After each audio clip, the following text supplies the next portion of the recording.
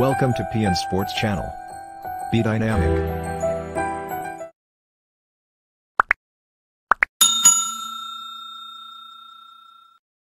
Hello friends, once again welcome back in the sports update, and again we are starting from Paralympics 2020 जो कि Tokyo में अभी हो रहे हैं। और भारत के जो एथलीट्स हैं, पैरा एथलीट्स हैं, उनके बहुत सारे मुकाबले आज 27 अगस्त को होने हैं।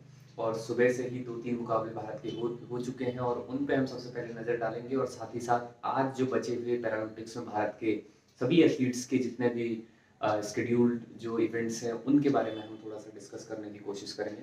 तो शुरुआत करते हैं सुबह की जो खबर थी। सुबह जो आर्चरी में जो वुमेन्स इंडिविजुअल कंपाउंड में ओपन रैंकिंग राउंड में ज्योति बालियान का जो इवेंट था, वहाँ पे उन्होंने 15वें नंबर पे फिनिश किया है। तो आगे के राउंड में क्वालिफाई करने में वे वहाँ पे जो है सक्षम नहीं हुई हैं। उसके साथ साथ टेबल टेनिस में 7:30 पे लगभग टोक्यो के भारत के हिसाब से जो मैच हुआ था, और women singles class 4 round of 16 मतलब प्री क्वार्टर फाइनल्स का जो मैच हुआ था, उसमें मैं आपको बताऊं जहाँ पे भाविना पटेल जो भारत की तरफ से women singles para table tennis की बात हम अगर करते हैं, तो वहाँ पे प्री क्वार्टर फाइनल में भाविना पटेल अपना मैच जीत चुकी हैं और अगले राउंड मतलब क्वार्टर फाइनल के लिए उन्होंने प्रवेश कर चुके हैं। और उनका जो अगला क्वार्टर फाइनल का इवेंट होगा वो शाम को भारत के समय के अनुसार 3:30 बजे खेला जाना है। तो ये एक अच्छी खबर पैरालंपिक्स से हमारे लिए आई है। उसके अलावा पावर लिफ्टिंग में भारत की तरफ से वुमेन्स 50 केजी फाइनल जो साकिना खातून का जो आज इवेंट होना है, और वो थोड़ी देर में बल्कि 9:30 बजे लगभग आपको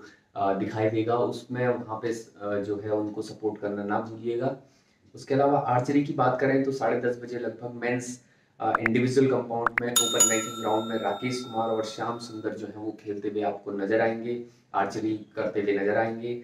और दोनों आर्चर के साथ साथ men's individual recurve open ranking round में हरविंदर सिंह और विवेक चिकारा दोनों जो पैरा एथलीट्स हैं, पैरा आर्चर हैं, ये दोनों भी आपको आर्चरी करते हुए नजर आएंगे और अपने अपने इवेंट में भारत को मेडल की उम्मीदों की तरफ लेके जाने का दायित्व इन दोनों के ऊपर भी होगा।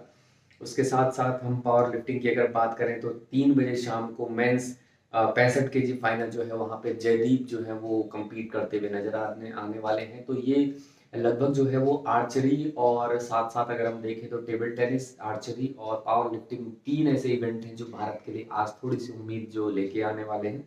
उसके साथ ही जो मैंने आपको बताया कि टेबल टेनिस का जो भाविना पटेल जो अपना मैच जीती हैं, वो क्वार्टर फाइनल जो है वो शाम को 3:50 पे खेला जाना है। और भाविना पटेल वो मैच जो है वो क्वार्टर फाइनल का खेलेगी। अगर वो मैच जीतती हैं तो सेमीफाइनल में प्रवेश कर जाएंगी। तो ये आज के जो है ये लगभग पूरा स्केड्यूल एक भारतीय पैरालंपिक पैरा एथलीट्स का था। अब बात करते हैं हम जहाँ पे एक बहुत अच्छी खबर निकल के आई है, जहाँ पे जिस तरह से उड़ीसा जो स्टेट है, उड़ीसा जो गवर्नमेंट है, एक छोटा सा स्टेट होने के बावजूद उन्होंने जो पिछले 10 सालों से और आने वाले 10 साल के लिए भी कमिट किया है हॉकी इंडिया को, मेंस और वुमेन्स हॉकी टीम्स को जो है स्पॉन्सरशिप देने के लिए, और तमाम तरह की जितने भी जो फाइनेंशियल जो सपोर्ट होता है वो उड़ीसा गवर्नमेंट ने लगातार हॉकी टीम्स को दिया है। तो इसके साथ साथ अब जो है वो अन्य स्टेट्स में भी लगातार ये बात हो रही थी, क्यों दूसरे स्टेट्स जो है वो आगे आके स्पोर्ट्स को सपोर्ट नहीं करते, पर्टिकुलर 1-2 स्पोर्ट को सपोर्ट करते। अगर हर एक स्टेट करता तो कहीं ना कहीं हर एक स्पोर्ट को कोई ना कोई मदद और एक तरह का इंफ्रास्ट्रक्चर तैयार करने में मदद मिलती।